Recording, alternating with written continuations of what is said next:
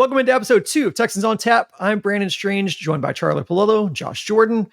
Texans look to bounce back in week 2 against their old division rivals, the Indianapolis Colts, and he dropped their home opener against Jacksonville, who the Texans will see in week 3. Josh, you were telling me my bookie has Houston favored by a point. What do we think of, let's start with the quarterback matchup, Stroud versus Anthony Richardson? It's going to be nice that Stroud will be at home. You don't have that loud, just crazy crowd in Baltimore. So you'll be at home for that one. Anthony Richardson arguably was the best of all the rookies this Sunday. I mean, he did a nice job. 223 yards passing, had a passing touchdown, had a pick as well, but also had 40 yards rushing and a touchdown. So even better than Bryce Young. A lot of these guys, Richardson showed a lot. He made a lot of great throws. He threw a little more than I thought he would. I thought he might just take off kind of like Justin Fields the whole game, but he threw more and he missed plenty of throws too. But if you're a Colts fan, you have to be encouraged. I think CJ Stroud should take a step forward this week. The secondary for the Colts is not very good, and they traded away Stephon Gilmore in the offseason to the Cowboys, so they're even weaker than they were last year. So I think there's going to be a lot more opportunities for the passing game, and hopefully they'll commit a little more to the run with Dameon Pierce. With him only getting like 13 touches, they got to get him up to around 20. I don't think the Colts are going to run away and hide like the Ravens did for part of the game on Sunday. The Texans open as favorites over the Colts. That's an indictment of the Colts, not an endorsement of the Texans, and it's inside a field goal, so it's strictly a home field advantage is the favorite type deal. Stroud and Richardson are going to be a very interesting compare-contrast evolution going forward. Obviously, it's a divisional opponent. Stroud played at Ohio State with NFL players all over the roster, an absolute wide receiver factory. Richardson, one season as a starter at Florida, which was terrible. Stroud, more experienced, more developed. Richardson, he is that lump of clay, very, very high-grade clay, vastly superior athletically versus C.J. Stroud. An arm, he can, with a flick of the wrist, throw it 70 yards. You want to go back, is it 30 years now? A guy like Randall Cunningham comes to mind when I look at Anthony Richardson. He will look to run, and they will design run plays more for him than the Texans will do with Stroud. I mean, Richardson's 245 pounds. So is Jamarcus Russell. They hope it works out better for him than it did for Russell and the Raiders. But he is a jaw-dropping wow guy who figures to make some terrible mistakes going forward. The Colts, if they can keep it healthy, have a credible offensive line. Obviously, the loss of Jonathan Taylor is a debilitating blow, an elite running back to try to ease the burden on Richardson initially, as well as just gain a whole bunch of yards. So the Colts don't project to be good. In terms of the Texans' offense attacking them, Josh referred to the secondary. Gilmore gone. Isaiah Rodgers was a projected starter. He's suspended for the whole season for gambling on football. So, if the Texans are to look competent offensively as early as week 2, it's not a bad draw of an opponent. Can they get a little better continuity out of the offensive line? How about no dead ball penalties offensively? And I don't just mean as a throwaway. You scheme for it, but they should be throwing the ball deep at least once per quarter. Nico Collins is a big target getting downfield, or let Tank Dell show off the wheels. You have to take shots here and there, at least in the NFL, to loosen up any defense. Well, we saw right tackle George Fant go down and with a stinger in week 1. If he can't go, how do you see them adjusting the O-line? Because, I'm assuming it doesn't involve Michael Dieter back at right tackle because that was a disaster. But how do you see them adjusting, because they've got to protect Stroud? What do you see them also to open up some lanes for Dameon Pierce to be able to kind of, establish a run game? How do you see them adjusting in week 2 with that O-line? Who is the other sprocket with Dieter? I don't remember. That is pretty old. That's a great reference, though. He couldn't be more exposed than Michael Dieter was on the one play where he was showcased. Is that the word against the Ravens? You don't want to have to max protect, keep a tight end to block all the time because it shrinks what you can try to do schematically, offensively. But at least these are not the Colts of the heyday of Dwight Freeney pass rushing from one end and Robert Mathis from the other. They have a decent front seven, and DeForest Buckner's a real load on the inside. So, if you're down to your number 3 right tackle, right, Titus Howard IL, and then Fant's a journeyman guy filling in for him, it's just something you're going to have to suck up.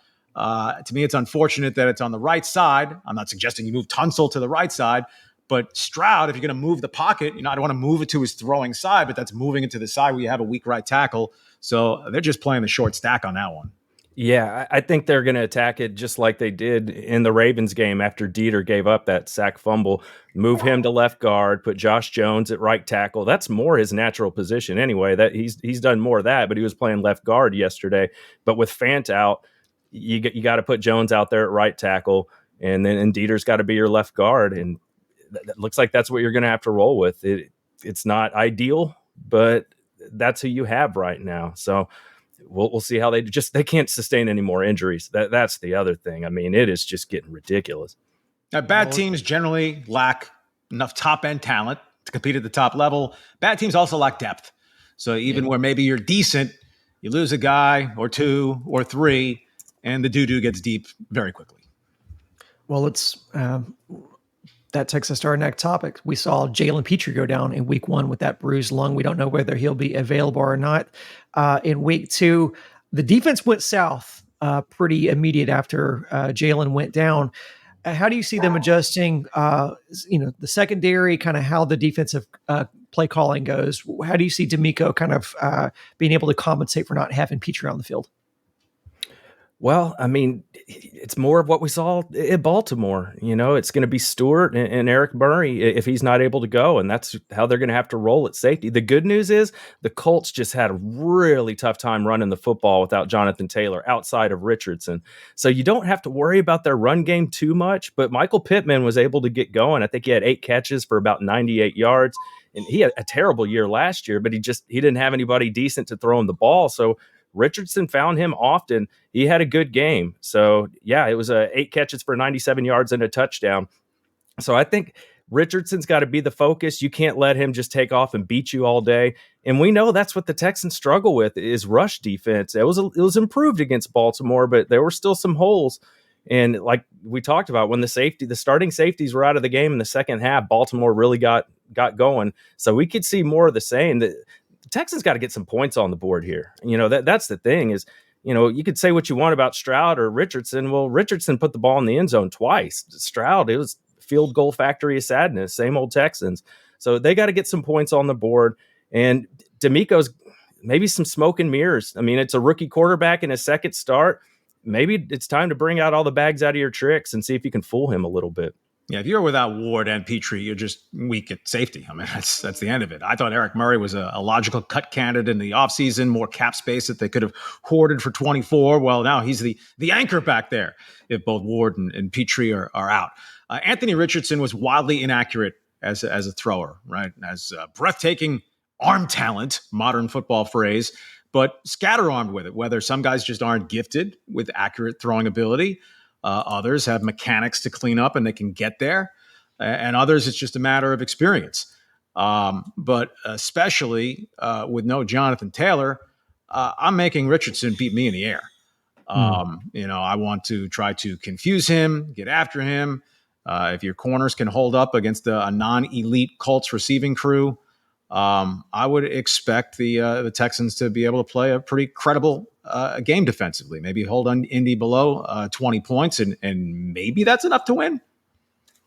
Yeah. What kind of? Oh, sorry. Go ahead. I was going to say, yeah, that might be enough to win. And just looking at their backs outside of Jonathan Taylor, Deion Jackson, 13 carries for 14 yards on Sunday. And I think he got dinged up too. I think Evan Hull got dinged up as well. So I think they will be able to hold the run game in check. And like Charlie said, just make Richardson throw the ball in the air. As far as points, Charlie alluded to, the total is at 40.5. So Vegas is not expecting a ton of points in this game. What kind of advantages do you expect to see on the line with Anderson Jr.? Colts offensive line was real messed up last year. Braden Smith looked like a rising all-pro type tackle. He's fallen off some. Quentin Nelson, their all-world guard, also had some injury issues. I want to see moving forward how much they choose to move around Will Anderson. Different type of player, but J.J. Watt would foam at the mouth, pick the matchup that he felt, I could destroy this guy, and go line up against him. Will Anderson get that sort of freedom going forward? Yeah, that'll be great to see.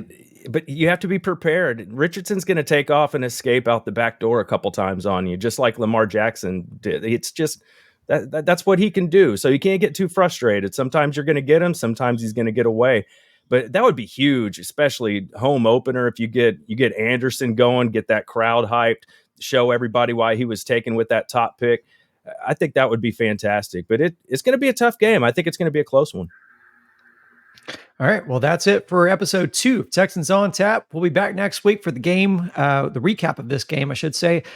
Make sure you subscribe to the new Texans on Tap channel on YouTube right here, as we're doing some YouTube bonus content during the week. You can get the audio version of this podcast early by subscribing at your favorite podcast provider. We're in Apple, Spotify, and Amazon. Those links are in the description. Thanks for listening. Go Texans.